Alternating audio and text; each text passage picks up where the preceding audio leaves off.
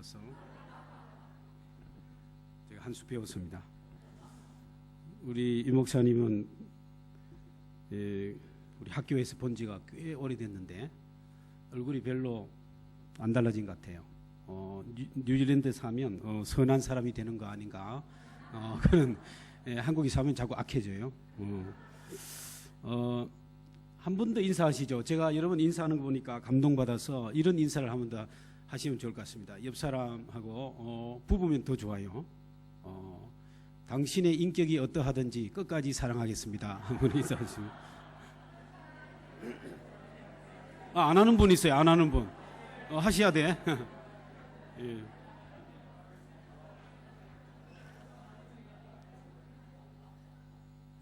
제가 비행기 타면 이 스튜디오스가 그 위에 그 좌석표 보면서 저희 얼굴을 보고 스튜디오스 중에 한 절반 정도는 저에게 영어로 이야기합니다. 왜 그런지 아시겠죠? 제가 지금은 많이 좀 좋아졌는데 인도네시아 선교사로 있다가 오니까 저를 동남아 사람으로 보는 거예요. 그래서 영어로 제가 외국 인도나 태국이나 뭐 아마 인도네시아 이쪽 사람으로 보는데 어쨌든 사실은 오늘 이 북한 선교 세미나 강사가 제가 아니에요. 그렇죠? 좀 이상하게 생각하시는 것 같은데 제가 맞아요. 제가 맞는데 맞긴 맞지만 원래 우리 총장님이 소개한 교수님은 다른 분이에요. 하나님 하자 하아무개 교수님인데 그분이 개인 사정상 그 계약직 교수였는데 12월 말로 교수를 그만두게 됐어요. 그래서 총장님이 저보고 가면 좋겠다. 그분은 영국 에딘버러에서 북한 선교로 박사학위를 받았고 또 북한에 여러 번 많이 다녀온 분이에요. 그래서 우리 총장님 생각하실 때 그분이 제일 적격이겠다. 근데 제일 주니어 교수였어요. 근데 그분이 개인 사정상 학교를 그만두고 목회로 가게 돼가지고 우리 학교하고 지금 관련이 많기 때문에 우리 학교하고 어떻게 우리 주님의 교회가 북한 선교를 잘 협력해서 할 것인가 그걸 논의하기 위해서는 선교학과에 제가 남북한 평화신학 연구소 소장으로 있으니까 또 제가 어쩌다 보니까 벌써 제일 시니어가 됐어요. 그래서 이제 제가 가는 게 낫겠다 해서 왔어요. 너무 실망하지 마세요. 그래도 예. 하나님께서 다 뜻이 있어서 이렇게 바꾼 줄로 믿습니다. 별로 아멘 안 하셔도 돼. 거기는 제 신앙 고백이니까 만약 하나님 너 그때 잘못했다 이렇게 말하면 아멘한 분들도 공감이 되니까 오늘은 현재까지 우리 한국 교회가 북한 선교를 어떻게 하고 있는가 그 접근 방식 현황에 대해서 주로 나누려고 합니다. 괜찮겠죠? 아까 목사님한테 이야기하니까 좋다고 그랬어요. 그래서 좋은 줄 알고 그냥 진행하겠습니다. 혹시 뭐 마음에 안 들면 중간에 손 들고 이야기하시면 언제든지 받아들이겠습니다. 내일은 그렇다면 왜 북한 선교를 해야 되는가? 북한 선교를 해야 되는 성경적 신학적 이유를 한 10분 정도 이야기하고 그 다음에 북한 선교를 모범적으로 하는 사례를 한두 가지 제시하고 오클랜드 주님의 교회는 앞으로 어떻게 하면 좋을까? 제 나름대로 이제 생각한 것을 제시하는 시간을 내일 가지려고 합니다. 그래서 이렇게 오늘 내일 이렇게 이틀 북한 선교에 대해서 잠시 말씀드리려고 합니다.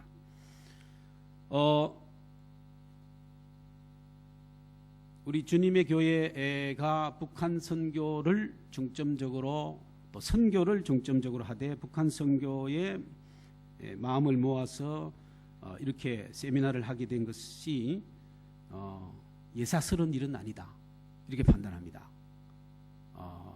여러분 하나님의 주시는 은혜가 있고 또 다 기도가 있어서 시작하셨겠지만 때가 무르렀지 않느냐. 이제는 하나님께서 굉장히 급하게 보시고 있지 않느냐, 그런 생각입니다. 시간이 급하다. 제가 지난주에 이런 카톡을 받았어요. 많은 분들이 보냈는데 제가 조금만 읽어드리면 이렇습니다. 영화 신이 보낸 사람을 도와주세요. 김진무 감독의 글. 개봉하기도 전에 대형 배급사의 횡포로 저희 영화는 13일 개봉 이후에 첫 주에 관객이 많이 오지 않으면 상영관에서 내려지게 됩니다. 게다가 그나마 있는 상영 극장과 상영 시간들까지도 일부러 찾아가지 않으면 볼 수 없는 그런 안타까운 상황에 처해 있습니다. 북한 지하교회 사람들의 고통을 알려야 한다는 순수한 기도의 마음으로 눈물과 땀과 희생으로 힘겹게 제작된 이 영화의 순수성이 타 종교단체와의 연루설, 진보냐 보수냐 하는 정치적인 색깔론, 북한 인권법 관련 영화 아니냐는 시선, 댓글 테러, 혹은 소재가 북한 교인들이라는 것 때문에 무작정 개독을 이 개독이란 말 아시죠, 여러분? 우리끼리 참 쓰기 힘든 말인데요. 기독교를 개독교라 그러잖아요, 한국에서 지금. 이 따옴표하고 개독을 덜먹거리며 깎아내리는 사람들, 이런 사람들로 인해 이 영화의 순수성이 점점 잃어가고 있습니다. 각종 루머들로 인해 영화의 본래 취지가 가려지는 것 같아 너무 안타깝습니다. 이 영화가 제작되어진다고 하니까 눈물을 흘리며 감사하다고 했다던 지금도 북한에서 힘겹게 살아가고 있을 지하교회 분들이 생각납니다. 더 글이 많이 있지만은, 그래서 아주 중요한 개봉관에서 CGV나 메가박스 뭐 이런 데서는 상영을 안 해요. 저는 구리에 있는 상영관에 가서 이 영화를 봤습니다. 여기 오기 전에 봤는데 북한의 지하교회가 실제한다는, 그리고 그 두만강 근처의 함경북도의 조그만 마을에 한 10여 명의 기독교인, 지하교인들이 어떻게 신앙생활을 하면서 거기서 탈출을 하려고 하다가 안 되고 어떻게 한 10여 명이 어린이 한 명, 거의 어린이 한 명 남고 다 이제 살해되는, 죽는 그런 줄거리예요. 영화는 제목은 신이 보낸 사람인데 처음에 시작할 때 한 여성이, 임신한 여성이 수용소에서 고문받는, 그래서 결국은 이제 죽임을 당하는 그런 아주 고통스러운, 그야말로 눈물 없이 볼 수 없는 그런 장면이 등장합니다. 그러면서 그 여성 성도가 그 10여 명의 지하 교인들의 이름을 밝히지 않고 그 비밀을 지켜주기 위해서, 그리고 또 하나는 주님을 믿는다는 것을 배반하지 않고, 주님을 믿지 않는다고 부인만 하면 살려준다 하는데 그 남편은 부인을 했어요. 왜 살아났어요? 근데 부인은 결국 죽게 되는.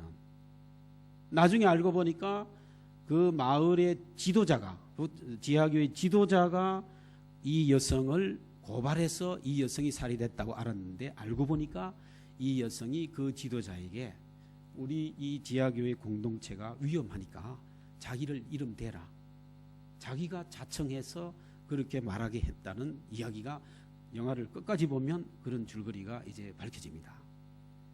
완전히 십자가를 진 거죠, 자기가. 어쨌든 지난 9월 서울 영락교회에서 그 북한 선교 그 세미나를 8주간 했는데, 그 중에 한 주에 제가 가서 북한 지하교회 교인으로 신앙생활을 하다가 탈북한 사람이 간증하는 걸 직접 들었어요. 그러니까 그 이전에 신앙을 가진 그 대를 이어오는 사람도 있다고 보고, 또 최근에 중국을 통해서 복음을 받고 들어간 사람도 있다고 보고, 또 어떤 선교 목적으로 들어간 사람도 있다고 보고, 북한에는 공인된 교회가 있죠. 봉수교회, 칠골교회, 공인된 교회가 있고, 공인된 가정교회가 500개 정도 있다 그래요. 그걸 처소교회라 하고, 그거는 북한이 정부가 인정한 거예요.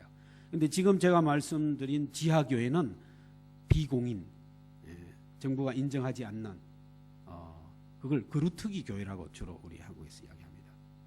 서울대학교 그 통일연구원에 있는 김병로 교수 강의를 제가 직접 들었는데, 그 북한을 자주 많이 왕래하면서 강의를 들었는데, 그분 이야기에도 그루트기 교회라기보다는 그루트기 신자들이 있다. 고통당하고 살해당하고, 그래서 하나님의 마음을 아까 우리 찬양 인도하는 분이 이야기하셨는데, 그 한국 전쟁 고아들 6.25 전쟁 중에 월드 비전을 창설한 분이 한경직 목사님과 미국 목사님 밥 피어스입니다. 밥 피어스의 성경책 딱 열면은 어떤 글씨가 써 있었냐 하니까, 그가 죽고 난 뒤에 유품이 남았는데, 하나님의 마음을 아프게 하는 것이 내 마음도 아프게 하소서. 하나님의 마음을 아프게 하는 것이 내 마음도 아프게 하소서. 과연 이 시대에 하나님의 마음을 아프게 하는 것이 무엇일까? 가장 고통받는, 가장 낮은 데 있는 사람 때문에 하나님 마음이 아플 거 아니겠어요? 물론 저나 여러분 때문에도 하나님 마음이 아픈 게 있겠지만, 그걸 생각할 때 가장 낮고 가장 고통스럽고 가장 그런 얽매여 있는 사람이 누구일까? 이 북한의 지하교회, 지하 성도들이 아닐까? 그런 생각을 하는 겁니다. 그들의 그 고통과 그들의 그 절규와 그 참 절망에 찬 그 기도를 하나님이 들으시고, 그 응답의 하나로 주님의 교회를 일깨워서 뭔가 통일을 앞당기는, 북한을 섬기는 일을 이제 시작하게 하신 것이 아닌가, 그런 메시지를 저는 가지고 왔습니다.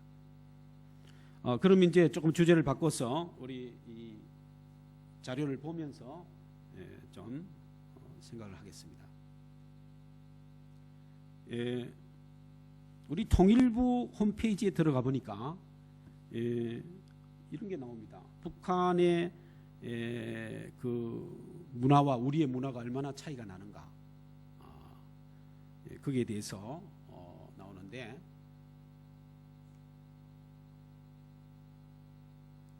그래서 제가 그 통일부 홈페이지 나오는 북한말, 여러분이 얼마나 잘 아시는지 한번 제가 가져와 봤습니다. 1호 주택이 뭔지 아시는 분? 간첩이라고 하지는 않을 거예요. 알아도 걱정하지 마시고. 너무 유창하게 맞추면 혹시 오해받을 수 있겠지만, 살다 온 게 아닌가, 뭐 이렇게 잠시 다녀온 게 아닌가. 잠시 다녀오는 거에 괜찮죠. 1호 주택이 뭔지 혹시 아시는 분? 들어보셨나요? 안 들어보셨는데 물으니까 좀 제가 실례한 것 같아요. 그럼 제가 가르쳐 드리죠. 1호 주택이 뭐냐 하면, 한마디로 말하면 아파트를 말하는 거예요. 주택, 서민들 주택, 가장 하급, 노동자, 농민 이런 사람들 사는 주택을, 이게 그냥 방 한 칸에 부엌 하나, 그게 1호 주택입니다. 이런 데 사는 분 없겠죠. 그 다음에 가급금, 저도 처음 봤어요 사실은. 가급금, 이건 상여금이란 말이에요. 상여금, 보너스, 가두녀성, 가두녀성, 어느 분이 없네 전혀. 가정주부, 가두녀성이라 가정주부. 이거 재밌더라고요. 가시 아버지, 왜 그런지 모르겠어요. 가시 아버지 혹시 들어보셨나요? 전혀 북한을 안 갔다 오셨구나. 예. 장인 어른을, 장인, 가시 아버지. 요거는 다 아시겠죠? 요거는 이제 모르면, 이거는 북한 안 갔다 온 게 문제가 아니고 IQ가 좀 문제예요. 가시 어머니 뭘까요? 장모님, 그렇죠. 요거 때문에 살아났어요. 북한은 스포츠에도 우리말 차기를 상당히 많이 쓰죠. 야간 경기를 등불 게임이라 그러고, 또 길게 패스한 공을 긴 연약한 공 이렇게 골 있는 지역을 문구역이라 그러고, 논스톱 발리슛을 단번 차넣기, 완벽한 골은 통골. 이건 통은 한국말이고 한자어지만 골을 영어를 또 갖다 붙인 거예요. 통골 이렇게. 페널티킥은 벌칙 차기 뭐 이런 거. 재밌어요. 뭐 이런저런 여러 가지 문화가 다르다. 문화가 다르다. 38선이라는 물리적 장벽만 있는 게 아니라 언어적 장벽이, 문화적 장벽이 70년 동안에 엄청 높이 쌓였다. 어떤 분들은 꼭 통일을 해야 되느냐 이런 이야기 하는 분이 있어요. 통일에 대해 좀 더 이야기하겠지만, 먼저 말씀드리면 분담 비용보다 통일 비용이 적게 든다는 겁니다. 이 분담 비용이 엄청나게 많이 든다는 거죠. 그거는 경제적인 것만 아니라 정신적으로, 심리적으로도, 사회적으로도 엄청나게 크다는 거죠. 제가 여기 자료를 하나 스크랩 해놓은 게 있는데요. 여기 어떤 게 있느냐 하면은, 경희대학교 국제대학원 교수인 엠마누엘 페스트라이시라는 분이 일간신문에 글을 썼는데, 제목을 잡아낸 게 이렇습니다. 왜 서울은 세계적 담론과 사조를 생산하지 못할까? 서울에 우리 한국의 여성 프로 골퍼들이 세계를 막 누비고, 또 유엔 반기문 사무총장이 있고, 세계은행 김용 총재가 있고, 뭐 굉장히 한국인이 리더십을 발휘하는 것이 많은데, 한국의 서울의 문화예술 행사도 이렇게 많은데 세계적 담론을, 사조를 생산하지 못하는가? 왜 서울 스쿨이 없는가? 이런 이야기를 끄집어냈어요. 제가 이거 공감이 돼서 쭉 읽어봤는데, 이분의 그 분석은 뭐냐 하면, 여러 가지 이유가 있지만 한반도의 지리적 분단은, 그러니까 한반도의 이 지리적 분단 때문에 한국 문화가 세계적 담론과 사조를 생산하지 못하고 있다, 이렇게 보는 겁니다. 그래서 통일된 한국의 가치는 상상할 수 없을 정도로 크기 때문에 통일 비용만으로 평가할 수 없다, 그렇게 이야기하고 있습니다. 그래서 이 통일 비용이 많이 든다고 할지라도 통일하는 것이 분담 비용보다는 훨씬 적게 들고, 그리고 통일의 편익이 통일 비용보다는 훨씬 많다, 그렇게 보기 때문에 우리는 통일을 이루는 것도 북한 선교에 들어간다고 봅니다. 그래서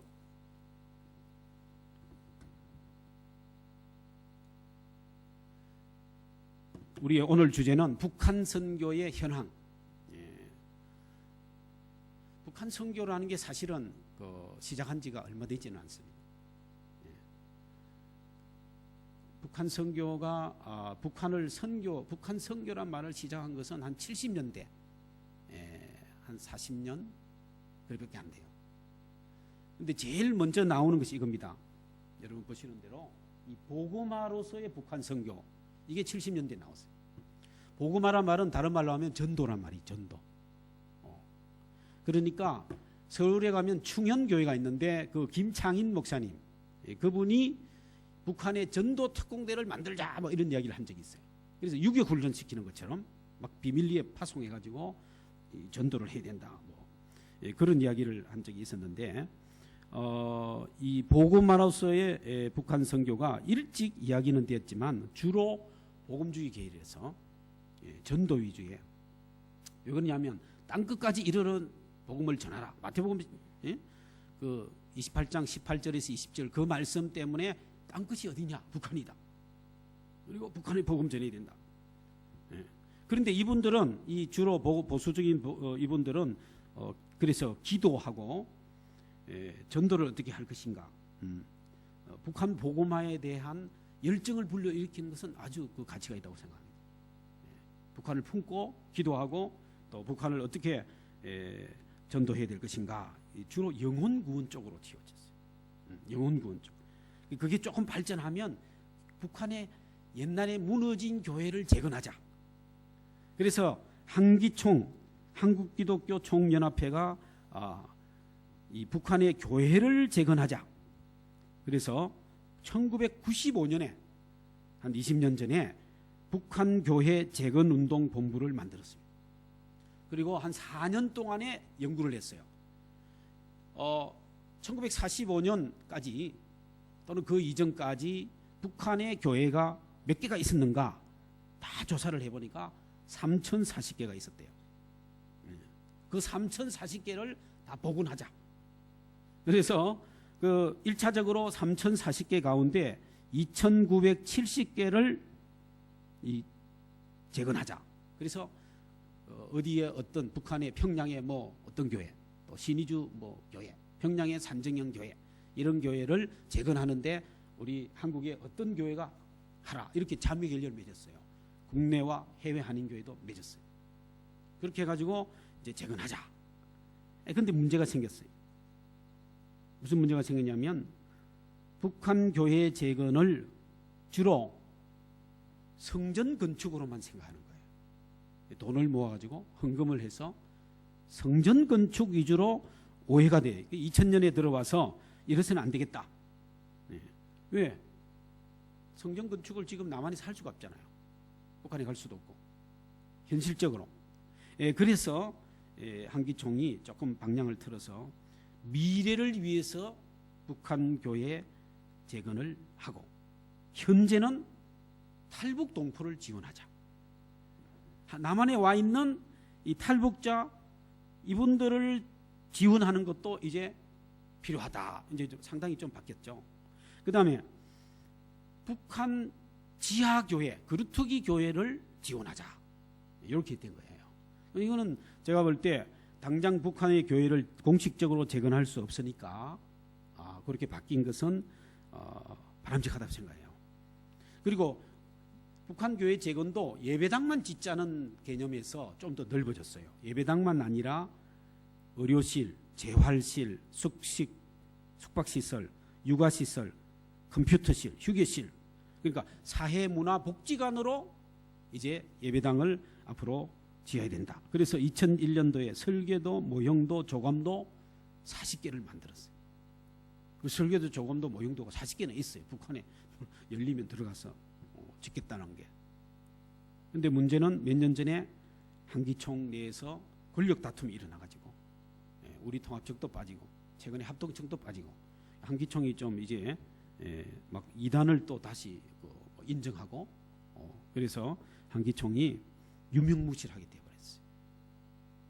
그러니까 지금 이런 복음화 전도로서의 선교 개념이 너무 영혼구원이나 교회 건축 위주로만 생각하고 그 뭐예요? 통일이 되면은 시작하겠다는 거예요. 물론 그 전에 남한에서 기도하고 헌금하는 거는 좋아요. 그리고 그게 실제로 문이 열리면 제가 볼 때 제가 독일 통일될 때 있었거든요. 제가 베를린에 있었어요. 제가 바로 그날 1989년 11월 9일 베를린 장벽이 무너진 그날 베를린에 제가 살아가고 있었어요. 근데 제가 그 89년에 경험하고 90년에 10월 3일 날 공식적으로 통일이 되고 저는 93년 가을에 귀국했는데 그 3년을 지나는 동안에 제가 관찰한 바에 의하면 통일이 되면 그때는 선교는 끝이라고 저는 봅니다. 통일되면 자본주의가 먼저 들어갑니다. 통일되기 전에는 동독에 순수한 교회가 있었는데 통일되니까요. 통일 비용이 너무 많이 들고 세금이 너무 많이 들고 동독 사람은 2등식 국민이 되어버리는 거예요. 여러분 독일 가면 웨시 오시란 말을 합니다. 웨스트 도이칠란드, 그러니까 서독 사람은 웨시고 오스트, 동독 사람은 오시라 그래요. 한국성 오시가 아니고 배씨가 아니고 배씨 옷이 이렇게 나가는. 난 처음에 한국 사람인 줄 알았어. 예. 동독 사람, 서독 사람. 지금요 최근에 제가 간접적으로 들었는데 서독 사람도 자기가 돈이 있으면 지금 당장 가서 베를린 장벽을 다시 쌓고 싶다. 그런 이야기한 사람이 있어요. 왜? 통일되고 난 뒤에 자기 연봉의 55%가 세금으로 나가는 거예요. 이거 엄청난 거예요. 예. 서독 사람도 그렇고 동독 사람은 말할 것도 없죠. 서독 사람의 임금의 뭐 60%, 50%좀 올라가야 70%. 그리고 실업자가 엄청 늘어나고. 그래서 공식 통계로 동독 지역의 기독교인은 12, 13%밖에 안 됩니다. 서독은 기독교인이 신구교 합쳐서 8, 90%인데 등록교인으로는. 그러니까 이 동서독의 예를 들자면 그러면 서독교회가 통일되기 이전에 동독을 위해서 아무것도 안 했느냐? 엄청나게 많은 일을 했어요. 했음에도 불구하고. 그래서 저는 그런 결론을 내렸어요. 남북이 통일되고 선교하겠다면 늦다. 자본주의가 먼저 들어가. 무서운 겁니다. 예. 그래서 지금 해야 된다는 거죠. 통일되기 전에 하는 게 북한 선교예요. 그게 씨앗이 되고 나중에 열매를 맺도록 해야지 지금 기도만 하고 앉아 있어는 안 된다는 거죠. 예. 내일 좀 무엇을 어떻게 할까는 내일 말씀드리고 어쨌든 첫 번째 이 북한 선교는 이 전도, 교회 건축, 뭐 교회 재건, 뭐 이런 쪽으로 지금도 그쪽으로 하는 분들 있어요. 저 단동이나 이쪽 북한 쪽에서 탈북자들을 훈련해가지고 막 보내가지고 그 교회만 재건하면 되는 것처럼 하는 아주 좀 어떻게 보면 위험한 그런 쪽으로 하는 분들이 있어요. 특히 그 모퉁이돌 선교회 같이 이런 데가 좀 그런 쪽으로 하는 경향이 있어요. 어쨌든 우리가 다 비판할 수는 없죠. 두 번째는 통일운동으로서의 북한 선교입니다. 여러분 여기 대해서는 많이 아실 것 같은데 이 진보적인 교계 인사들이 72년 7.4 남북공동성명서가 발표된 이후에 통일 문제에 관심을 가졌어요. 근데요, 우리 정부가 통일 문제를 가지고 이야기를 하면 불법을 행하는 것처럼 그렇게 우리 정부가 오랫동안 통일 운동을 못하게 했었어요. 그러다가 이 7.4 남북공동성명서가 발표되고 이제 80년대 들어와서 민주화 운동, 전두환 대통령 들어서고 난 뒤에 민주화 운동을 하면서 이 민주화 운동과 통일 운동이 별개가 아니다 이렇게 생각하고 이 민주화 운동과 통일 민족 통일 문제를 결국 우리가 분단 때문에 통일을 못했기 때문에 민주화가 안 된다 이런 것도 있는 거죠. 그래서 민주화 운동과 통일 운동을 선교로 선교적 과제로 인식하고 이제 통일 문제를 다루게 되었습니다. 그런데 재미있는 것은 세계적인 투자의 대가인 짐 로저스란 분이 이런 글을 썼어요. 통일의 필요성과 당위성에 대해서 남한 사람들 중에서도 통일을 원하지 않는 사람들이 있다지만 설마 그럴 리가 있겠는가. 남한이 통일을 해야 하는 이유 중 하나는 북한 여성들이다. 언제까지 베트남과 우즈베키스탄 신부들을 드릴 것인가. 참 희한한 이야기 하죠. 투자만 하면 될 건데 왜 한국의 뭐 총각들 걱정해가지고 이 세계적인 투자 대가자 짐 로저스가 뭐 이런 이야기를 하고 있어요. 제가 조금 더 읽어드릴게요. 나는 한국인은 한국인끼리 결혼하고 싶어하는 것으로 이해하는데 맞는 말이죠. 북한에는 아름다운 여성들이 넘쳐난다. 동남아로 진출하는 한국 기업들도 통일이 되면 북한으로 가면 된다. 그들은 동남아 직원들보다 훨씬 성실히 일할 것이다. 그래요. 제가 인도네시아에 있어 보니까 다 그런 건 아니지만 여기 인도네시아 사람 있으면 용서하십시오. 다 그런 건 아니에요. 그런데 인도네시아 이번에 콩고에 가보니까 콩고 사람도 똑같더라고요. 우리 기업체에 진출해서 그 현지인을 그 근로자로 채용했는데 잘 빠져요. 왜 빠졌냐? 어머니 돌아가셨다. 그 다음 빠지면 아버지 돌아가셨다. 그 다음에 할머니, 할아버지, 온 가족 다 죽여. 그리고 그 다음 해 또 빠져요. 왜 빠졌냐? 어머니 돌아가셨다. 아버지 돌아가셨다. 그 해 다음 해 또 다 죽여. 그래서 막 우리 한국 기업하는 분들이 막 이해가 안 되는 거잖아요. 근데 인도네시아 살아보면 이해가 돼요. 콩고 사람도 똑같더라고요. 신기해요. 식민지를 수백 년 당한 민족은 그렇다는 거예요. 제가 결론 내는 게. 왜 그러냐? 식민지 시대는 주인이 자기가 아니에요. 좋은 것은 다 식민지 네덜란드 사람 거야. 가져가는 거야. 그래서 뭐가 생기느냐 하면은 무슨 문제가 있으면 자기 생각으로 변명과 이유를 분명히 대야 되는 거예요. 그거 안 되면 죽어.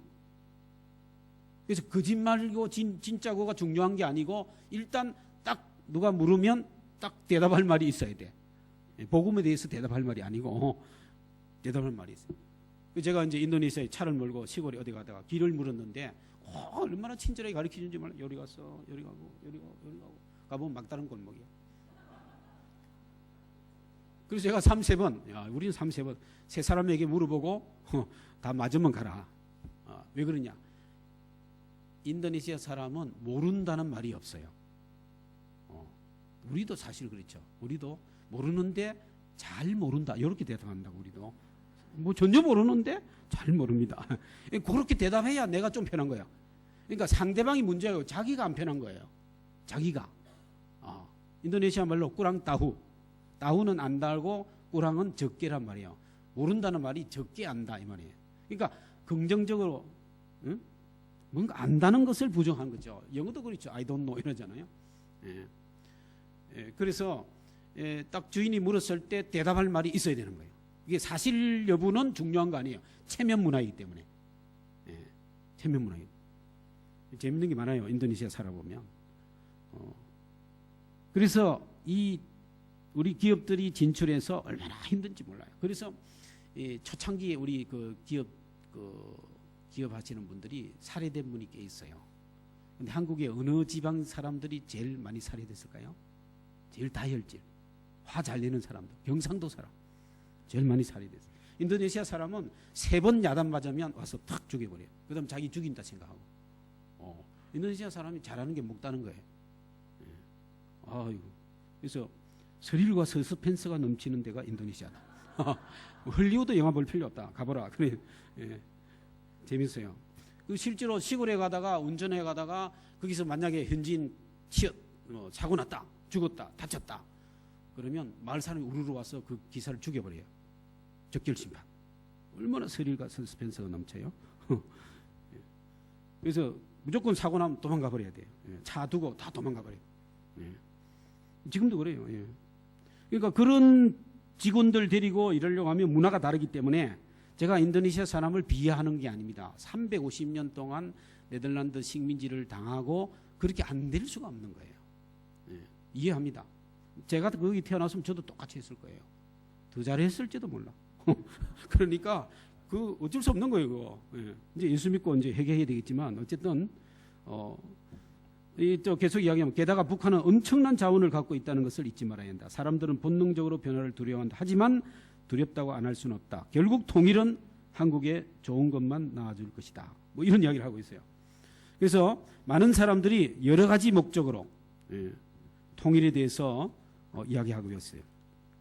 그중에 진보적 계통의 한국기독교교회협의회 NCCK가 1988년에 획기적인 선언을 했습니다. 그게 뭐냐면 민족의 통일과 평화에 대한 한국 기독교의 선언.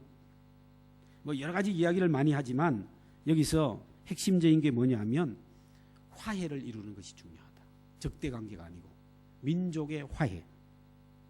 통일을 위해서 남북한 정부 책임자들과 우리 민족 모두가 여기에 동참하자. 그래가지고 뭐 신앙 고백도 하고 우리 교회가 잘못한 것 신앙 고백에 사실은 선교의 첫 번째 단계는 회개하는 겁니다. 이제 요즘 최근까지는 선교를 오해했는데 선교는 내가 복음을 먼저 알고 내가 가서 전하면 된다 이렇게 생각했는데 그게 아닙니다. 2000년 동안의 선교의 역사의 과오가 너무 많기 때문에 이 나라에서 전 역사를 잘은 모르지만 이 나라에서 마오리족의 선교를 하려고 하면 백인들은 마오리족에게 어쨌거나 회개하는 작업부터 해야 된다는 거죠. 일본 사람이 우리나라 와서 선교한다면 36년 동안 강점하고 정신대로 끌고 가고 또 강제징용하고 탄광으로 끌고 가고 한 그 역사를 기독교하고 관계 있든 없든 일본 사람이기 때문에 한국 사람에게 선교하려고 하면 그 역사에 대해서 회개부터 해야 돼요. 그렇지 않으면 선교가 안 됩니다. 그래서 가만 생각해 보면 여러분 선교는 굉장히 넓은 거예요. 교회만 하는 게 아니에요. 하나님 하시는 거야. 국가적인 이 모든 국가의 이미지까지도 선교에 부정적 내지는 긍정적 영향을 미치는 거예요. 그래서 우리가 예배당에 와서 예배 잘 드리고 기도에 잘하고 또 자기 집에서 예배 잘 드린다고 그게 훌륭한 그리스도인을 할 수 있느냐? 그렇지 않습니다. 6일간 일상생활 하는 데서 얼마나 내가 빛과 소금이 되고 다른 사람들에게 덕을 세우는 사람이 되느냐? 그게 선교예요. 그래서 예수 믿든 안 믿든 모든 사람에게 내가 덕이 되고 빛과 소금이 되어야 그걸 통해서 복음이 전해지는데 한국 교회는 그동안 너무 건물 중심으로 신앙생활을 한 거예요. 한국 사람 어디 가든지요 땅을 잘 투게 해요. 제가 한번 중국에 몇 년 전에 갔는데 이상한 유니폼을 한 30명이 입고 막 돌아다니는데 보니까 공인중개사 복덕방 아저씨들이 단체로 중국을 돌아다니고 있더라고요. 물론 관광도 하면서 어디 땅이 있나. 선교사도 어디 가든지 땅 사는 것부터 보는 거예요. 건물 짓고.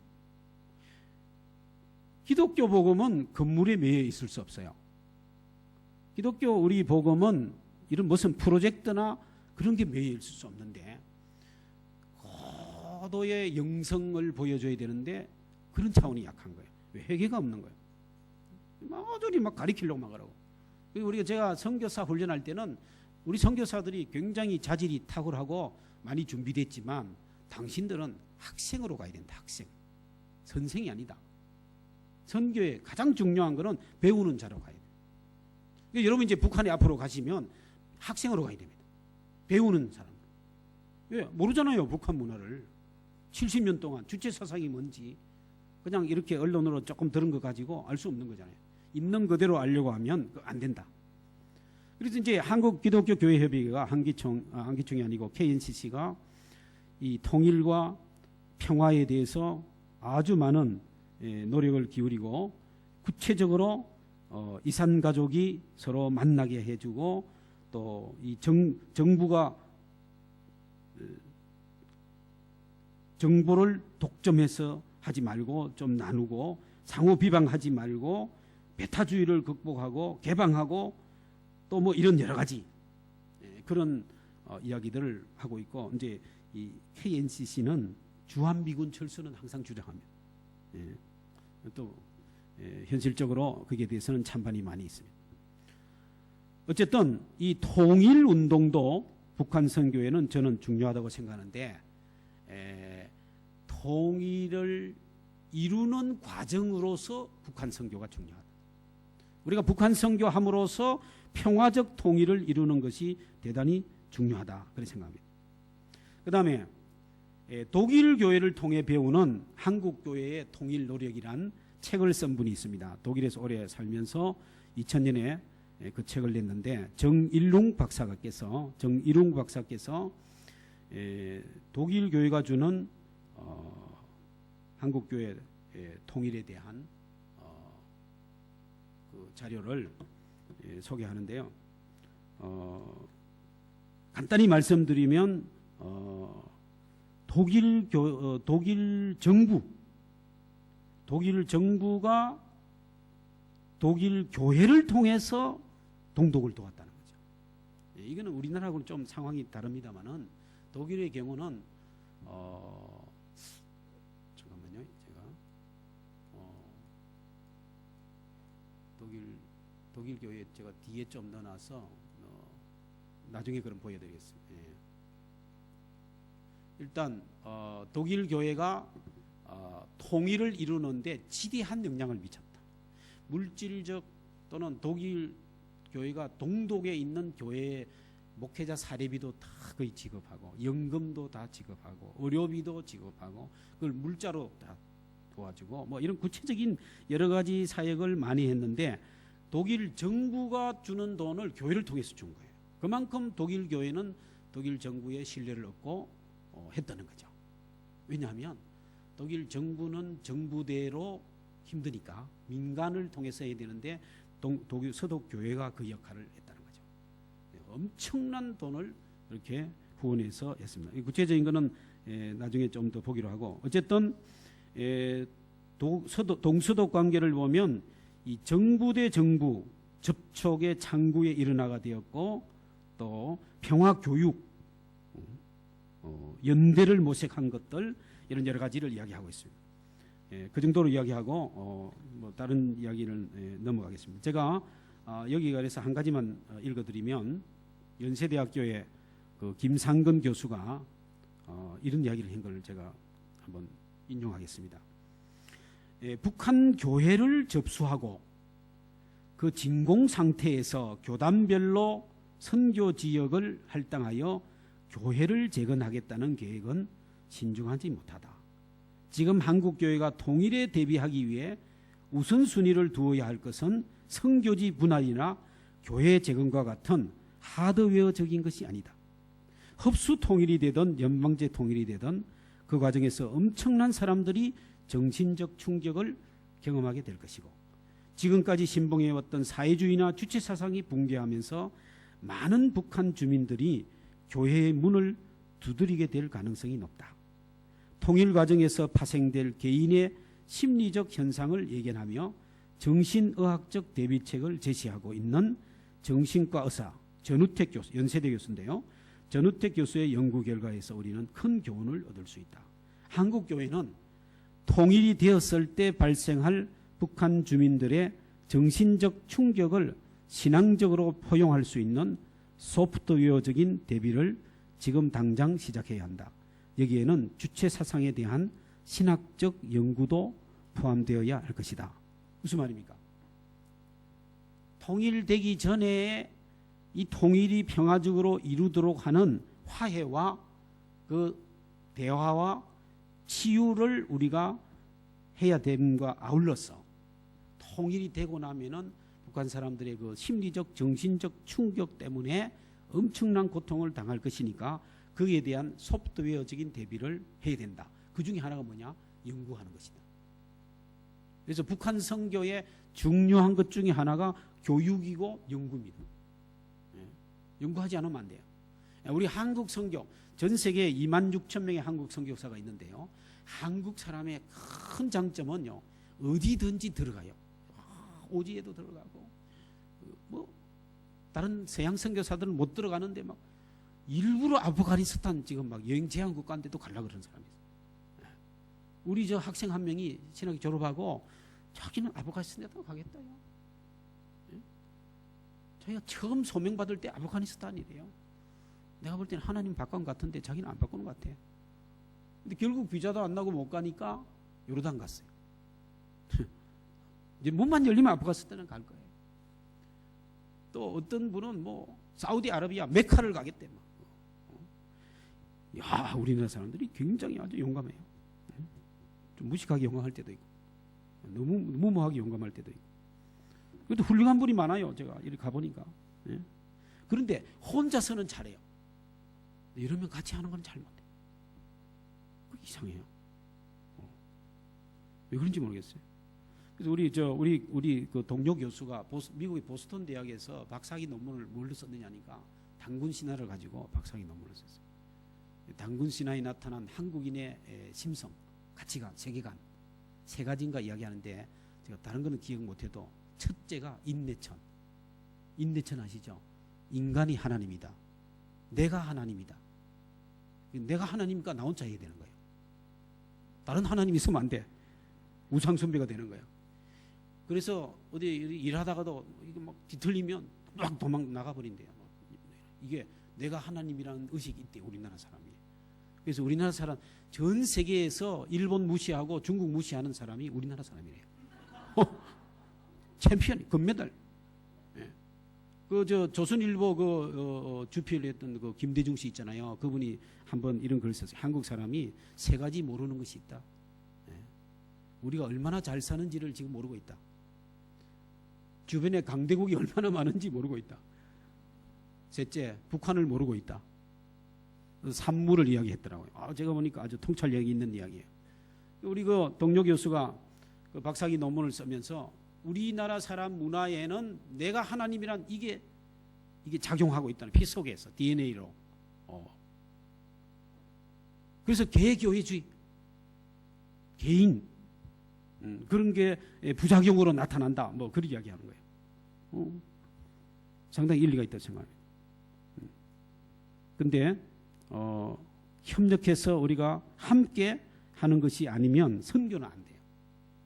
선교는 안 됩니다. 왜냐? 선교는 하나님의 선교이기 때문에 우리는 참여자로 이렇게 해야지, 내가 주체적으로 하겠다면 안 되는 거죠. 최근에 와서는 통일운동보다는 이 진보주의 쪽의 진영에서는 통일이란 말은 잘 안 해요. 이제 많이 안 하고 평화공존, 평화정착 뭐 이런 말을 많이 쓰고 있어요. 왜 통일이 왜 안 이루어지고 너무 어려운 것 같고, 평화라도 우리가 정착하자. 그래서 우리 한국 선교사들이 제가 말씀드리다 잊어버렸는데, 또 혼자는 잘하지만 문제가 뭐냐면 시행착오를 너무 잘한다는 거예요. 선배가 한 거를 참고 안 하고 자기가 처음 하는 것처럼 하는 경향이 많아요. 뭐요? 연구를 안 한다는 거예요. 제가 인도네시아가 선교하려면 350년 동안 네덜란드가 어떻게 식민지했는지를 연구를 해야 됩니다. 그래서 왜 이 사람들이 이슬람화가 이렇게 많이 되었는가? 딱 기독교 때문에 그런 거예요. 그리고 이때 이 사람들에게 네덜란드나 서양 선교사들이 어떻게 선교했는데 오늘날 결과가 어떻게 됐는가 연구를 해야 돼요. 그래서 여기서는 어떤 문화 속에서 전략을 우리가 세워야 될 것인가 하네요. 지금 가는 선교사는 20년 전 선교사 무시해버리고 자기가 처음 하는 것처럼. 그게 안 된다는 거예요. 선교는 그렇게, 선교 역사는 2000년 됐어요. 2000년. 예수님으로 치면. 역사의식이 있어야 되는 거죠. 그래서 그 스위스의 그 선교학자 리하르트 프리들리라는 분이 책을 썼는데요. 책 제목이 아주 무시무시한 제목이에요. 미션 앤드 앤티 미션. 선교와 반선교. 선교함으로써 반선교가 된다. 그게 논지입니다. 핵심입니다. 아무나 선교하는 게 아니죠. 선교 잘못하면 그것 때문에 선교가 막히는 거예요. 그래서 선교와 반선교를 우리가 생각할 때 연구하는 것도 아주 중요합니다. 연구하는 거. 그래서 우리가 어떤 프로젝트를 같이 하려고 하면 최소한 1년 정도는 성경 공부, 신학 공부 같이 하고 활동을 해야지. 한국 선교사들은 활동부터 먼저 하는 거예요. 그래서 다 깨지는 거예요. 왜? 공유가 되지 않으니까. 사상성이 같아야 되는데 행동만 같이 하니까 안 된다는 거죠. 그 다음에 넘어갑니다. 그래서 이제 요 두 가지는 복음화와 통일운동은 아주 고전적인 거예요. 우리 70년대, 80년대, 90년대 계속 이어져 내려오는데 이제 최근에 와서 이 탈북자들이 늘어났어요. 탈북자가 누군지 아시죠? 뉴질랜드 탈북자 있어요. 있는 걸로 저도 들었는데 여기는 없죠? 탈북자 있어요? 어디 교회 가니까 자기 탈북자래요. 6.25 전쟁 때 탈북했대. 맞는 말이지. 근데 여러분 그거 아셔야 돼요. 우리 한국에서는 6.25 그 전후로 탈북하는 분들은 월남민이라 그래요. 아니 저 베트남 사람 말고 그때는 월남했다. 북에서 남쪽으로. 그 우리가 학술적으로 그분들은 월남민이라 그러고 최근에 이제 그 최근 한 1-20년 탈북한 분들은 탈북자라 그래요. 예. 근데 여기도 문제가 많아요. 호칭도 문제가 많고 뭐 여러 가지 문제가 많은데 우선 호칭 보기 전에 얼마나 탈북자가 많은지 한번 보십시다. 여기 좀 글자가 여러분 여기 통계청에 있는 자리예요. 우리 통계청 국가기관에 우리나라에서 남한에서 지금 공식 명칭은 탈북자라 안 그럽니다. 북한 이탈 주민이라 그래요. 공식 명칭은 북한 이탈 주민. 요건 좀 여러분 기억하시는 게 좋아요. 근데 쉽게 탈북자라고 이야기하죠. 저도 모르게 탈북자라 할 거예요. 여기 보시면 98년도에는 947명이 그 해 남한에 왔어요. 그죠? 통계. 근데 여기는 안 나왔습니다만은 20년 전에 1995년에는 몇 명 왔느냐? 41명이었어요. 아주 작았죠. 그때는 귀순용사라 그랬어. 주로 군인들이 왔어. 예. 그 80년대 말 90년대 초에는. 근데 98년부터 이제 늘어나죠. 왜 98년부터 통계를 잡았는가? 여기 비추면 안 되네요. 여기 비추면. 예. 98년부터 왜 통계를 잡았느냐? 이때부터 늘어납니다. 2003년에는 2,000대, 예? 막 2,000대로 늘어나고 막 엄청 늘어나죠. 예, 막 많이 늘어나요. 예. 지금 이 숫자가 좀 이상해 막 붙어가지고요. 여기도 2,000대입니다. 2,000대, 2,000대. 요 점 앞에가 1,000이잖아요. 너무 붙어가지고 죄송합니다. 한 표로 여니까 요 2006년부터 1년에 2,000명씩 막 들어와요. 2000년. 근데 요 98년이 왜 중요하냐? 95년부터 98년까지가 북한의 고난의 행군입니다. 고난의 행군. 300만이 굶어 죽었어요. 300만이. 뭐 사람도 잡아먹었다는 소문도 많이 했어요. 지옥이었 지옥. 기근과 흉년과 뭐 재난 이런 것 때문에 이 90년대 중반에 북한이 최악의 상황이었어요. 95년부터 98년까지.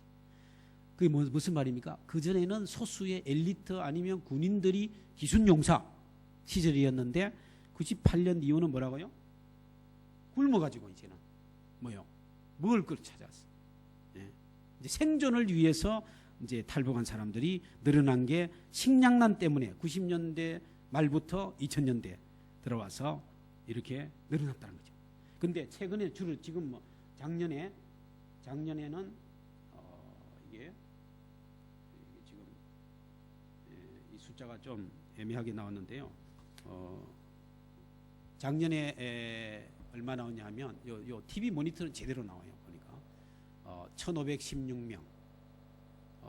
재작년에 1500명 줄고 있어요. 지금. 왜? 김정은 체제 들어와서 못 나가게 하는 거죠. 그리고 두만강 이쪽에 철조망 닫혀놨어요. 요 최근 몇 년 사이에. 그래서 탈북자는 점점 줄고 있어요. 엄청 못 나가게 하고 있어요. 그런데 식량난은 여전히 있어요. 원래 식량이 부족한 게 34만 톤이라 그래요. 예. 이거는 외부에서 들어가야 되는 거예요. 지금 현재 남한의 탈북자가 얼마 있느냐? 26,124명. 여기 최근 통계입니다. 2013년 말 12월 26,000명 지금 남한에 탈북자가 있어요. 근데 심각해요. 북한 이탈주의 연령별로 보면은 20대와 30대가 제일 많죠. 7,000명, 7,000명. 그 다음에 10대, 40대, 뭐 60대도 있고 어린이도 있고 다 있는데 요거는 작년 6월 통계라 25,000명으로 나옵니다. 젊은 사람들이 많이 탈북한 거죠.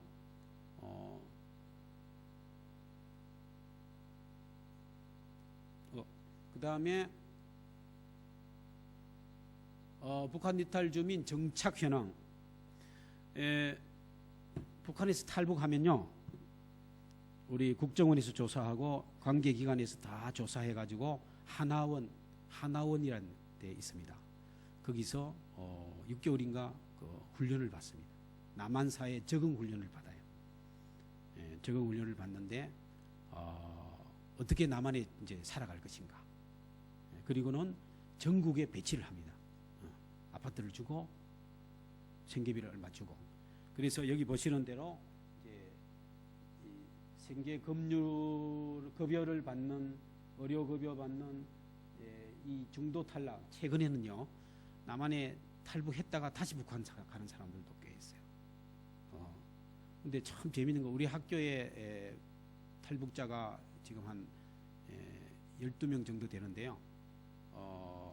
요 준비해 주시고 거기다 요거 동영상 자료 하나 보겠습니다. 지금은 남한에서 북한으로 자기 가족에게 송금할 수 있어요. 중국을 통해 가지고 인편으로 은행은 안 되고, 그리고 받았는지 안 받았는지 확인할 수 있어요. 중국 사람이 가서 중국 핸드폰으로 전화를 걸어주는 거예요. 산에 이런 데 가서 확인하고. 근데 북한이 알면서도 가만두게 했어요. 왜? 돈이 들어오니까. 그러니까 이 남한의 탈북자 1명 때문에 북한에 한 10명, 20명이 먹고 산대요. 지금 희한한 일이, 우리 학생, 우리 신학교 다니는 학생이 자기 가족이 있는데 자기 돈 보내고 있대. 지금 통화도 하고 있고. 어떻게 보면 이 소통이 지금 되고 있는 거예요. 이 탈북자 통해서 되는 거예요. 굉장하죠? 이 탈북자들이 지금 남한에서 내가 잘 살고 있다.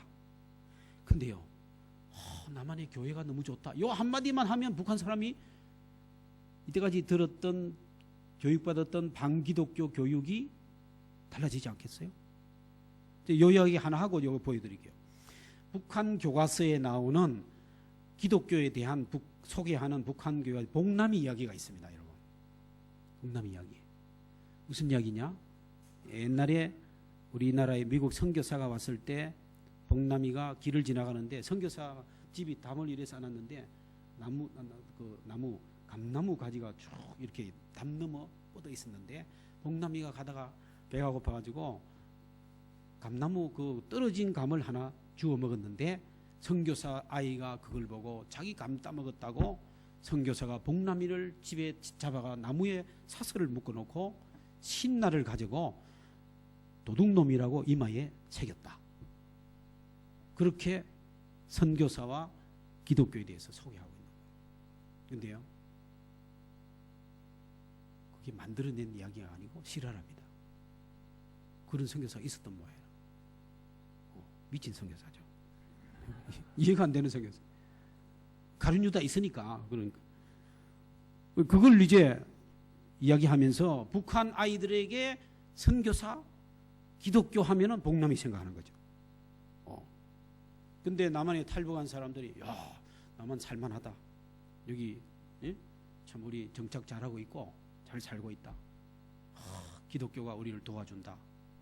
그 말이 얼마나 큰 성견인지 모르는 거예요. 그러니까 꼭 북한을 안 가도 할 수 있다는 거죠. 탈북자 통해서. 이렇게 인식을 변화시키고 복음에 대해서 문을 열게 하는 것이 얼마나 중요한지 몰라요. 우리 탈북자 상황, 근데 어떤 상황인가 한번 보여주세요. 우리 뉴스에 나왔던 이야기.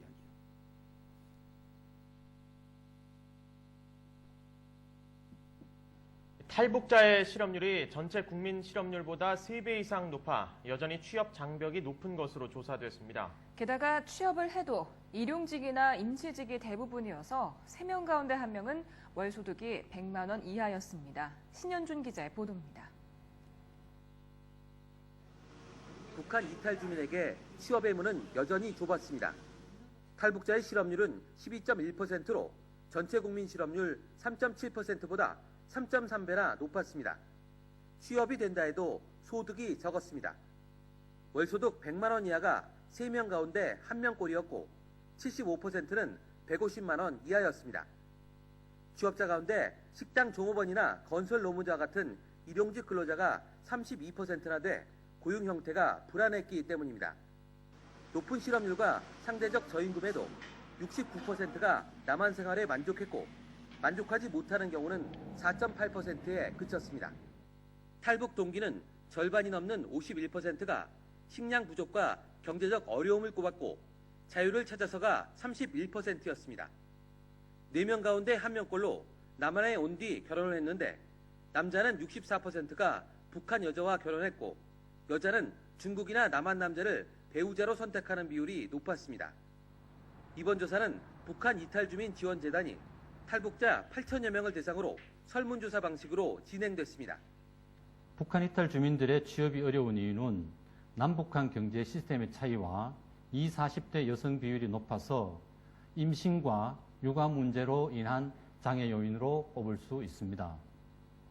사실상 탈북자 전체를 대상으로 한 설문조사는 이번이 처음이어서 정확한 통계를 바탕으로 한 탈북자 정책 수립에 도움이 될 것으로 평가됩니다.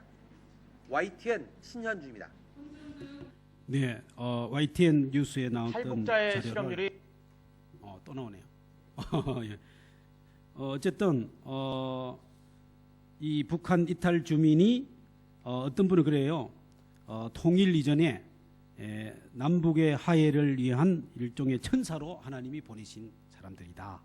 그렇게 생각하고 우리가 이분들을 통일 이후에 통일의 역군으로 키우는데, 북한 선교의 일꾼으로 키우는데 우리가 노력을 해야 되겠다. 그래서 우리 장신대에 지금 한 12명 탈북자가 공부를 하고 있어요. 근데 그 중에 한 명은 어릴 때 탈북해서 겉으로 보면 잘 몰라요. 이번에 이제 신학대학원을 졸업했는데 그 학생은 자기가 탈북자라는 걸 안 밝힙니다. 일부러. 그냥 이렇게 이야기하다가 자기가 탈북자라는 사실만 알면 눈초리가 다 달라진대요. 갑자기 자기를 보는 눈이 미운 오리 새끼 보는 것 같기도 하고 막 동정의 대상으로 보고 너무 그게 부담스러워서 자기는 탈북자는 왜? 이분은 10몇 년 남한에 있었기 때문에 말이나 모든 것에 이제 적응이 돼가지고 사람들이 잘 몰라요. 안 밝히는 거예요. 끝까지 안 밝히는 거예요. 근데 그분이 수업 100명 수업하는데 제가 특강을 한번 들어갔어. 제가 남북한 평화신학연구소 소장하니까 제일 탈북자 학생들 많이 만나요. 그래서 우리 총회에 이북 노예가 4개 있어요. 우리 노예 가운데 평양 노예, 뭐 영천 노예, 함해 노예, 평북 노예, 북한 지역을 따서 남한에 있는 노예가 4개 있습니다. 그 노예가 우리 탈북자들을 관심을 가지고 이리 와서 탈북자에게 식사 대접도 하고 책값도 주고 또 장학금도 주고, 목동에 있는 평강교회는 한 학기에 900만 원씩 우리 학교에 장학금을 줍니다. 탈북자 3명에게 또 나누어주고 이렇게 다 장학금 연결하고 또 식사 대접도 하고 격려도 하고 이렇게 이제 교회들이 관심을 가져서 하는데 계속 그걸 해야 됩니다. 그걸 하는데 이 학생은 자기가 탈북자인 것을 숨기는데 제가 수업에 들어가서 이제 특강을 제가 들어갔으니까 조마조마했다는 거예요. 나중에 이제 그 우리 식사 모임에서 이야기하는데 왜 그러냐 그러니까 제가 들어와서 김아무개 자네 그 북한에서 왔으니까 이런 일하게 해보게 할까봐 고개 푹 숙이고 3시간 강의하는데 3시간 내내 고개 숙이고 교수님이 나를 안 보기를, 자기 이름 안 들미기를 너무 기도 많이 했대. 저는 그런 기도 하던 줄도 몰랐는데 저는 내 마음대로 했는데 근데 마침 이름 제가 안 불렀어요. 성령이 역사하신 것 같아요. 자기가 그때 굉장히 진땀을, 왜? 3년 동안 자기가 탈북자라는 걸 안 밝혔는데 그때 일순간에 제가 그런 것도 모르고 자네 탈북했으니까 이야기해보 이랬다면 완전히 끝나는 거예요. 얼마나 제가 참 죄를 많이 짓게 되는 거예요. 모르고. 왜 그러냐? 너무 싫다는 거예요. 탈북자를 하면 벌써 너 보는 이 눈초리가 너무 달라지고 너무 그거 막 싫다는 거예요. 그래서 그 무슨 말입니까? 북한 이탈 주민이지만 우리나라에 와서 적응하는 게 굉장히 힘듭니다. 굉장히. 그래서 이게 참 우리가 이 문화가 다문화 문화가 아니고 다문화가 아니라서 참 어려움이 많이 있어요. 그래서 북한 이탈 주민이란 말 대신에 세터민이란 말을 쓰자 이렇게 이제 정부가 이야기했어요. 2005년에. 근데 세터민 다 반대예요. 북한 사람들 단체가 있어요. 그 중에 하나가 북한 민주화위원회가 있는데 세터민 이거는 너무 순수 우리말이지만 이건 너무 그 우리 탈북자의 그 신분을 희석시키는 거다. 희석시키는 거다. 세터민이 뭐냐면 새로운 삶의 터전에 사는 사람이라는 순 우리말이지만 너무 안정된 정착과 생활만 강조한다. 우리가 얼마나 고통을 당하면서 탈북했고 여전히 정치 이데올로기 이런 것들이 있는데 안 된다. 그래서 탈북자를 계속 사용하자. 뭐 이렇게 주장하는 사람이 있어요. 또 어떤 분은 이렇게 이야기해요. 자유를 찾아온 북한인 협회에서는 자유북한인이라고 부르자 그래요. 자유북한인. 여러분 서울 영락교회에 탈북자 또는 북한 이탈 주민 예배가 있어요. 거기 뭐 100몇십 명씩 주일마다 예배 드리는데 영락교회에서는 자유인이라고 부릅니다. 이철신 목사님이 왜 그러냐면 이 사람들은 남한에 온 주 목적은 생계도 있지만 자유다. 그래서 우리가 자유인이라고 붙여주자. 이 자유를 찾아온 북한인 협회에서도 자유인이라고 북한 자유인이라고 불러달라. 왜? 자유가 우리의 탈북의 목적이다. 예. 그런데 최근에 고려대학교 그 윤인진 교수는 무슨 이야기를 하면 북한 이주민이라 하자. 북한 이주민. 그게 훨씬 더 낫다. 이주민은 원래 떠나온 그게 있고 또 소수자이고 또 어떤 이런 그 경제적인 면제도 있고 정치적 이데올로기인 것도 있고 어쨌든 여러 가지를 포함하니까 북한 이주민이라 하자. 뭐 이런 것도 있고. 지금 정리를 하면 정부에서는 북한 이탈 주민이라고 씁니다. 여전히. 일상 통용 언론에서는 탈북자란 말을 많이 씁니다. 아까 탈북자 썼잖아요. 북한 이탈 주민도 썼고. 여러분은 어떻게 쓸게요? 주님의 교회는 어떻게 하시겠어요? 그 이름 쓰는 게 굉장히 중요합니다. 어떻게 이름 부르냐. 그게 우리 정부의 표준대로 북한 이탈 주민이라 하든지 자유인이라 하든지 북한 이주민이라 하든지 그건 자유입니다. 제가 생각하기로는 오클랜드에 그 탈북자가 있다면 그분들 다 모아가지고 식사 대접 한번 해주고 물어보세요. 우리가 뭐로 부르면 좋을지. 영어로 부르려면 영어로 부르고, 예? 뭐 북조선 말로 부르려면 북조선 말로 부르고, 그들이 원하는 대로 불러주는 게 제일 좋다고 저는 생각합니다. 예? 그분들이 주체니까. 우리가 막 붙이는 것보다는 우리 정부에서는 이렇게 하고 이 교회는 이렇게 하고 이런 게 있는데 어떤 학자는 또 북한 이주민. 저는 개인적으로 북한 이주민도 괜찮다고 생각해요. 제가 논문을 하나 썼는데 북한 이주민이라는 왜 정착도 문제고 사회 적응도 문제고 남한 북한의 그 관계성도 표현해야 되고 하여튼 여러 가지를 표현해야 되니까 지금 중국에서 온 중국의 우리 동포 보통 우리 조선족이라 하잖아요. 지금 서울에서는 조선족이라 쓰면 싫어합니다. 이제는 조선족 하면 무시하는 것 같아요. 그래서 제중 해외 동포 이렇게 이야기했는데 제중 해외 동포. 왜 선교는 그 이름을 어떻게 붙이느냐에 따라서 확 달라지니까요. 근데 본인들이 불러달라는 대로 해주는 게 좋다는 거죠. 예. 해달라는데 안 해줄 이유가 없잖아요, 우리가. 그죠? 예. 그 다음에, 요 아까 이야기 좀 나왔으니까 넘어가고,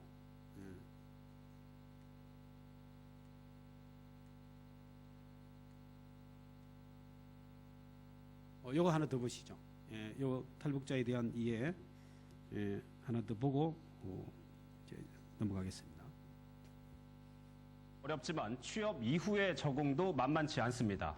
업무 자체를 떠나 직장 내 분위기를 받아들이는 것도 이들에게는 넘기 쉽지 않은 벽입니다. 노경열 기자가 짚어봤습니다. 탈북자들의 초기 정착 교육을 맡는 하나원. 탈북자들은 이곳에서 3개월 동안 기초 직업 훈련과 함께 사회 적응 교육도 받지만 생활 습관을 갑자기 바꾸기에는 시간이 부족합니다. 하나원 3개월 동안 이제 그 교육을 받는데 그 교육으로만으로는 좀 부족하다고 보거든요. 그러니까 북한에서 살아온 전혀 다른 체제에서 살아온 사람들이 나와가지고 그 3개월 안에 그 자유민주주의 사회나 아니면 여기 자본주의 시스템을 다 배운다고 보기는 어렵고요. 이런 적응 문제는 직장에서 더욱 커집니다. 곱지 않은 시선을 넘어 노골적인 차별 대우는 탈북자들을 견디기 힘들게 합니다.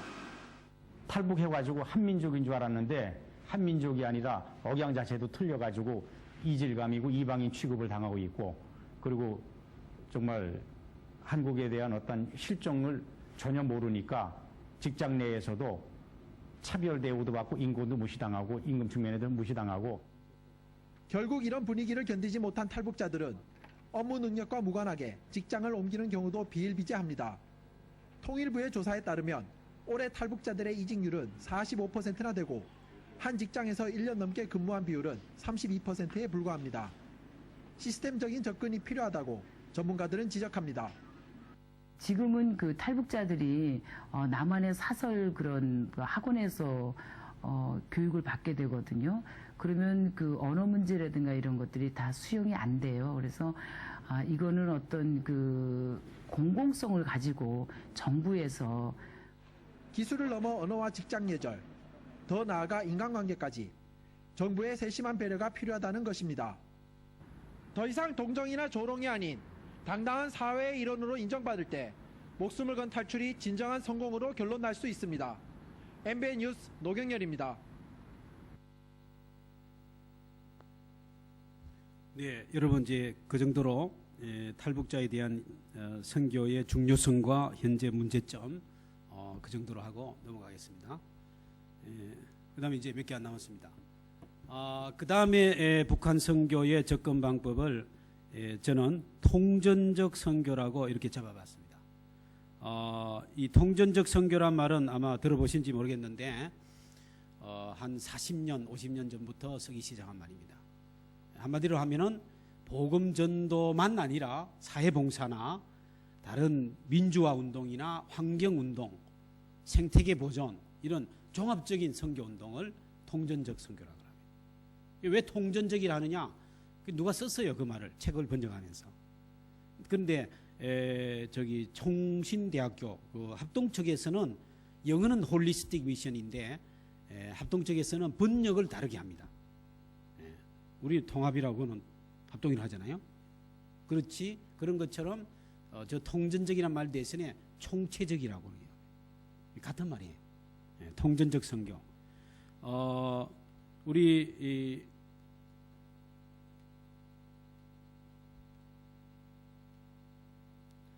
통전적 선교로서의 북한 선교의 예를 하나 들면 2012년 11월 6일 날 우리 장신대 남북한 평화신학연구소하고 사단법인 기쁜 소식 통일부에 등록되어 있는 사단법인하고 같이 우리가 시작한 게 북한 선교 이렇게 하겠습니다. 요거는 사단법인 기쁜 소식을 만든 분이 김용덕 장로님입니다. 우리 교단에 이분이 북한을 한 50분 이상 갔다 온 분입니다. 그래서 평양의 봉수교회를 새로 완전히 건축하는데 이분이 거의 다 일을 맡아서 했고 한국에서 기금을 모아가서 건축을 하게 했고 그리고 구호, 인도적 지원 이런 활동을 굉장히 많이 한 분입니다. 그리고 여기 또 이제 나오지만은 성경을 많이 반포하고 그래서 프레스 센터에서 이분이 이제 우리 학교하고 이걸 하게 된 동기가 남북 관계가 이명박 정부 말기에 2011년 11월 달부터 완전히 차단됐어요. 금강산 사태 이런 사건 이후로 완전히 단절되고 난데 이분이 북한을 못 가는 거예요. 가야 되는데. 그래서 학자들하고 같이 연구를 좀 많이 해야 되겠다. 그렇게 우리 찾아와서 같이 하자 그래가지고 저희가 이걸 했는데 이때 우리 1차 심포지엄에서 했던 주제가 뭐냐면 봉수교회, 칠골교회, 500여 개 가정교회 재건과 성장 방안에 대한 연구, 북한 선교에 있어서 성경 반포 활성화. 지금 우리 남한에서 북한 성경을 많이 찍어놨어요. 북한말로 몇 가지 종류가 있습니다. 그것도 그 성경을 이제 북한에 보내는 운동을 어떻게 우리가 잘 할 수 있을 것인가. 그 신학적 기초를 넣고 그 다음에 조거련이 약자예요. 조선 그리스도교 연맹. 그게 조거련입니다. 좀 말이 좀 이상하죠. 조선 그리스도교 연명 리얼로 발음해요. 이 사람들은 그 연맹을 줄여가지고 한국에서는 조거련이라는데 이 조거련과 재건된 북한교회 봉수교회 칠골교회를 통한 지원 협력 그래서 북한 사회를 발전시키는 방안에 대한 연구 그렇게 하나 하고 하나 더 있어요. 안 나오네.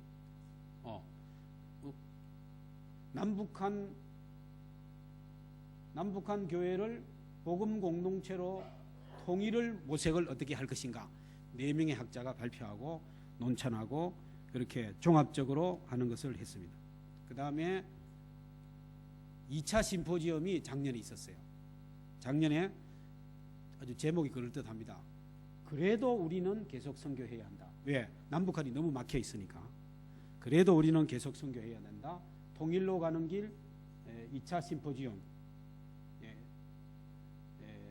이때는 우리 학교도 했지만 한국교회연합. 이 한국교회연합이 뭐냐면 한기총 다음에 만들어진 게 한국교회연합입니다. 사단법인 기쁜 소식이 2013년 9월 24일 역시 프레스 센터에서 했고요. 여기 이제 그 사진이고 주제는 북한 주민의 동질성 회복을 위한 성서적 신학적 연구. 교회를 통한 북한의 사회봉사 사역의 활성화 방안. 분단 상황 아래서 교류와 협력을 위한 교회의 역할. 이 세 가지 했습니다. 그래서 작년에는 서울, 부천, 광주, 부산 이 4개 지역을 돌아가면서 이 선교 심포지엄을 했는데 이걸 예를 들면은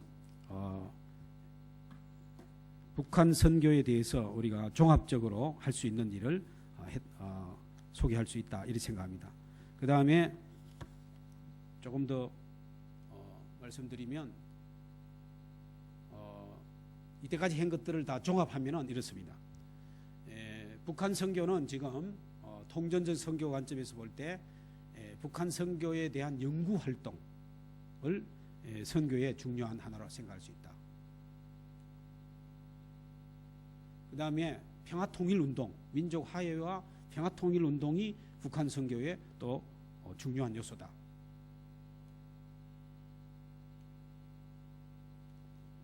잘 안 나오네요. 그 다음에 대북 인도주의적 지원 활동. 며칠 전에 제가 들은 이야기입니다만은 최근에 지난주인가 북한에서 내복을 좀 보내달라. 그래서 우리 통합적 총회 중심으로 북한 선교하는 기관들이 내일을 뭐 15,000불인가 뭐 몇만 불을 북한에 보냈는데 그 관계에 있던 분이 이야기가 어린이 내복을 보내면 어른이 입을 수 있다.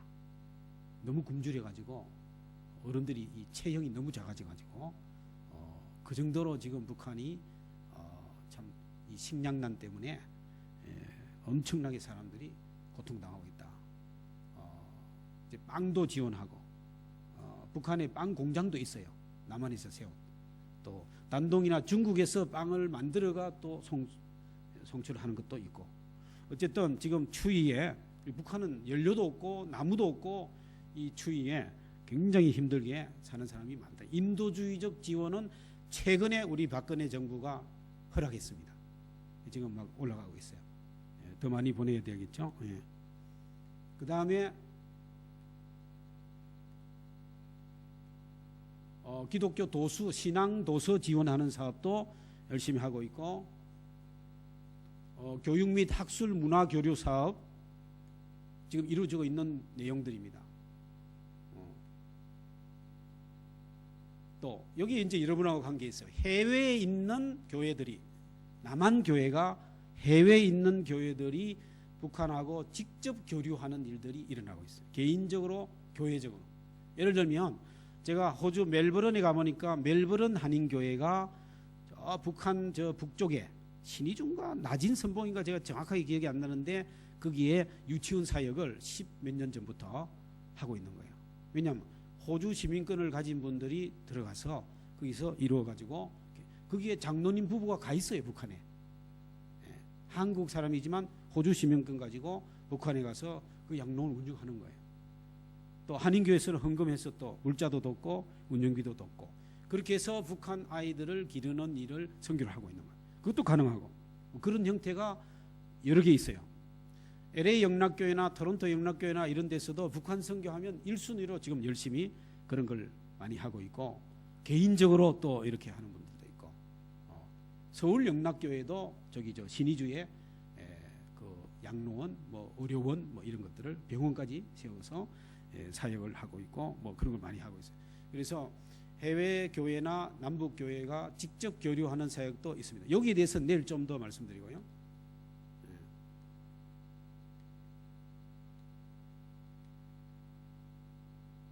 그다음에 북한이나 중국 국경지대에서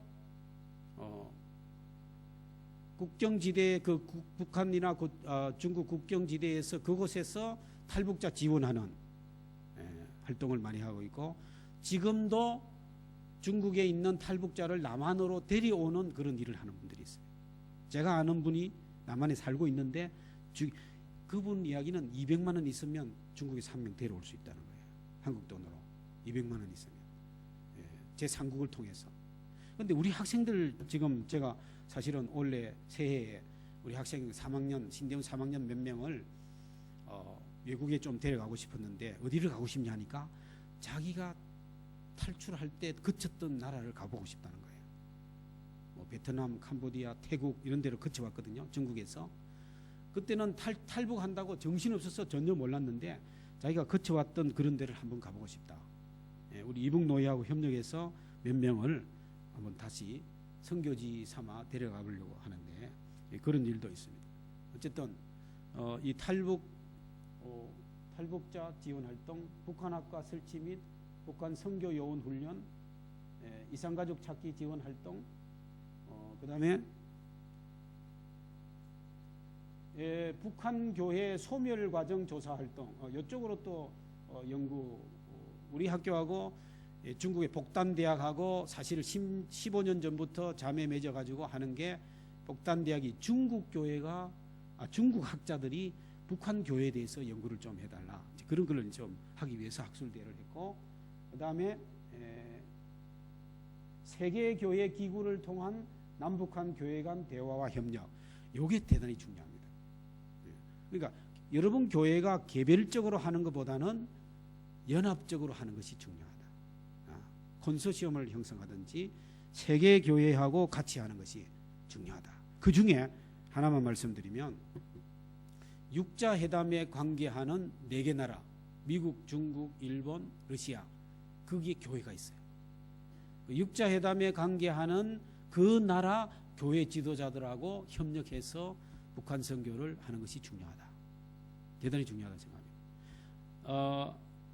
그런데 여러분, WCC 세계교회협의회의 북한 선교 특별위원회의 위원장이 뉴질랜드 사람이에요. 뉴질랜드 장로교 총회장, 이름이 뭐라 그랬죠? 예, 그분이에요. 제가 그분을 작년 10월 부산에서 만났거든요. 만나서 우리 협력 같이 하자. 이분은 뉴질랜드 분이고, 여러분 뉴질랜드 이 시민권 있는 분은 얼마나 좋아하는지 몰라요. 북한이 서방 국가 가운데 뉴질랜드를 제일 우호적으로 생각합니다. 뉴질랜드 여권을 제일 우대합니다, 여러분. 미국이나 뭐 이런 독일 이런 것보다. 이전에 한번 무슨 사건이, 국제적 사건이 있었을 때 뉴질랜드가 북한을 우호적으로 했대요. 그걸 가지고 뉴질랜드 여권을 제일 좋아한대요. 제가 한국 다음으로 시민권 얻는다면 뉴질랜드를 얻어야 될 것 같아요. 북한 가려고 하면. 이제 문이 열리면 또 갈 수도 있겠죠. 그러나 지금도 뉴질랜드 시민권이 그렇게 좋고, 뉴질랜드 장로교 총회장이 세계교회협의회 WCC 북한 그 선교위원회의 위원장이기 때문에 얼마나 지금 기회가 좋은지 몰라요. 그분하고 WCC하고 같이 협력해서 북한 선교를 도모하는 것이 필요하다, 이거 말입니다. 세계 기구를 통해서. 그래야 장기적으로 갈 수 있고 그 신뢰 관계를 그저 가져올 수 있는 거죠. 시행착오를 안 할 수 있고. 얼마나 이게 좋은지 몰라요, 지금 기회가. 내일 좀 자세히 말씀드리겠습니다만은 여러분 지금 제가 볼 때는 이 뉴질랜드라는 나라하고 또 이 총회장님이 또 그런 일을 맡아 있고, 이게 예사스러운 일이 아니다. 그래서 여러분이 이때 적극적으로 그분을 돕고 초청하고 대화하고, 그분이 모르는 게 많으니까 또 막 서로 나누고. 한 가지 더 말씀드리면, 올 6월 23일부터 25일까지 2박 3일간 저희 장신대 남북한 평화신학 연구소가, 제가 작년에 러시아를 2번 갔다 오면서 크게 깨달았어요. 북한 선교는 러시아 사람이 해야 된다.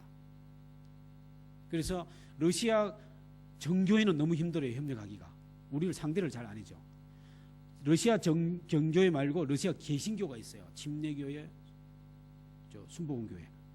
그 지도자들을 우리 학교에 초청해가지고 3명이 올 겁니다. 총회장 진행분하고 뭐 이런 분. 그리고 러시아에서 일하는 미국 선교사 아담스라는 분이 이 소식을 듣고 자기도 오겠다고 자기 비행기표 대가지고 그래서 그분도 오고 우리 선교사 오고 5명이 오고 우리 학자들하고 북한 선교를 위해서 러시아 교회와 우리 한국 교회가 어떻게 협력할 것인가 그거를 의논할 겁니다. 그런데 이달기 목사님도 그때 와야 돼요. 제가 볼 때는 같이. 그래서 제가 토론토 영락교회, LA 영락교회 또 멜버른 한인교회 이런 목사님들을 초청하려고 초청하는데 비행기표는 안 되죠. 없어. 우리 없어. 교회에서 대서 와야 돼. 근데 숙박은 우리가 해줄 수 있어요. 뭐 밥은 굶기면 안 되잖아요.